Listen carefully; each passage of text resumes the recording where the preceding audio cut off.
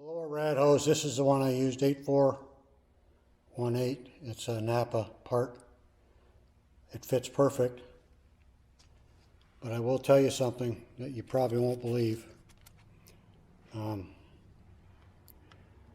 First of all, it's like everything in these cars. It's an absolute battle to get everything on. But it's on there. I don't know if I can get down in there or not, but it's on there at the water pump also. Putting on a water pump was pretty simple. And you may not realize it or you may not believe me, but this label, believe it or not, I fought that rad hose. Never had such a problem with a rad hose in my life.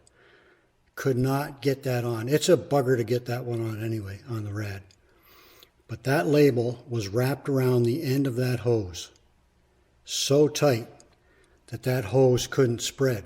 And that's a vinyl label.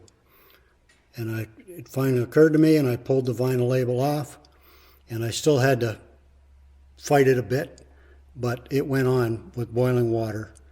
And so that's a little tip for you, whether you believe it or not. That stuff right there, wrapped tight around the end of that hose, will not let it open. And the other thing you want to be aware of is down here. Let's see if I can get a screwdriver on that. Down there, I don't know if you can see that or not, where I've got that screwdriver, that little angled piece of iron going across, that brace, your rad hose is going to lay right against that. And there's a lot of pressure on here, just the way this damn thing fits. And so what you want to do is get another piece of corrugated if you forgot or didn't get that corrugated all the way down. Make sure you get another piece of corrugated and just pry that hose up and wrap that around there so your hose isn't brushing against that and rubbing on it, because eventually it will rub through it and you're going to be broken down. So that's it. Bye for now.